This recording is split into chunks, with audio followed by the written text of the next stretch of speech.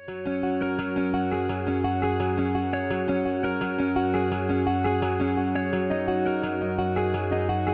informasi untuk pembuatan kolam lele dalam satu unit ini membutuhkan apa saja? Ya, terutama total 5 kolam. Itu besi airless dengan pipa ini untuk aerator dan ini untuk air bersih. Itu aja. Terus ini aku ke tanah itu sekitar 5-10 cm. Ketinggian kolam 125, airnya saya pakai 90 cm air. Terus perlengkapan apa saja yang diperlukan? Perlengkapan cuma pipa aja mas, sama diffuser, pen diffuser. Ukuran pipanya? Ukuran pipa ini 1/4 ya mas. 1/4, pembuangannya 2 dim. Membutuhkan biaya berapa dalam satu lingkaran? Kurang lebih ya sekitar 2,5 sampai 3-an lah mas. Juta. Ya, kurang lebih 3 juta. Ya. Untuk pembuangan airnya, konstruksi bawah. Di bawah ini mas.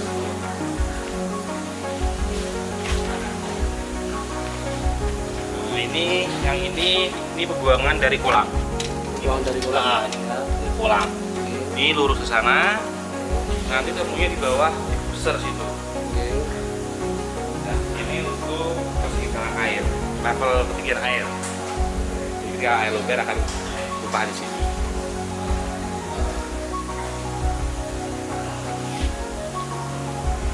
Ini diffuser, ini untuk air bersih.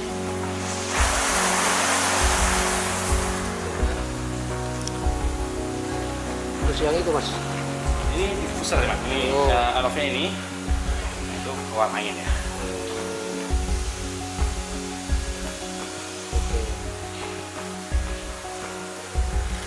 Kira-kira berapa lama dalam membuat dalam satu Kolam.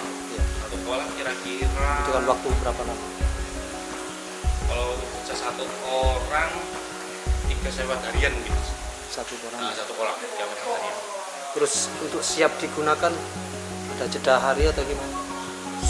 Pokoknya yang penting konstruksi semen udah kering semua siap digunakan. Iya. Terus fondasi bawah apa saja? Fondasi bawah kita ya pakai pasir. Pasir ya. Pasir. Selain pasir Nggak ada. Nggak ada. Pasir aja. Untuk atas ada jaringan sama sepatu tas warna UV. Saya sekarang berada di Bojonegoro yang kedua kalinya. Nah, saya ingin memperdalam lagi teknis pembuatan kolam ini. Nah, diameternya 3 meter, diameternya 3 meter. Ya. Isi per kolam ini 5.000 lele. Nah, itu ya. Nah, kami belajar pembuangan dan juga bagaimana cara merawat supaya lele ini ya bisa besar, bisa sehat dan sedikit kematiannya. Nah, itu. Kami bersama-sama rombongan juga untuk mempelajari ini, untuk diterapkan di sana, untuk diterapkan di pondok-pondok pesantren.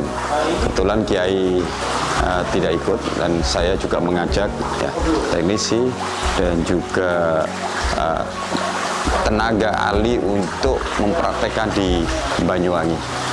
Jadi kami Partai Demokrat serius karena prospek ekonominya cukup bagus dan waktunya itu nggak lama karena nggak 2 bulan itu sudah mulai panen.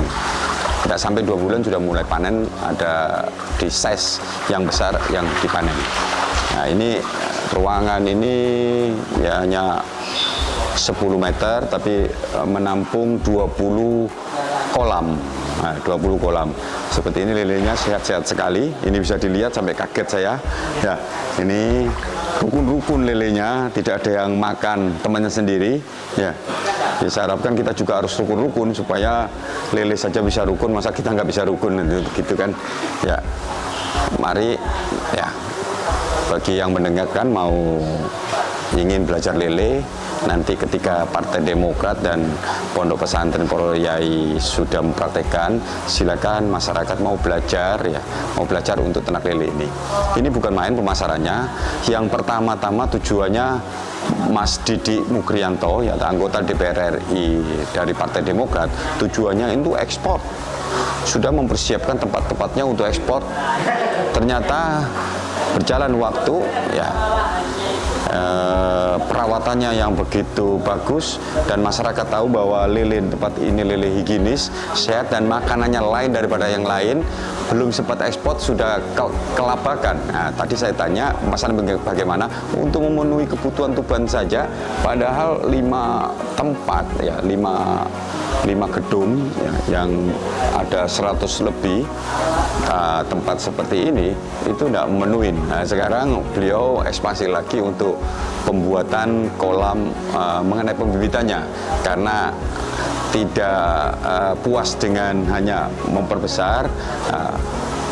Bang Didi mempersiapkan tempat untuk pembibitan supaya tahu kualitas bibit yang ditanamkan itu benar-benar kualitas yang bagus.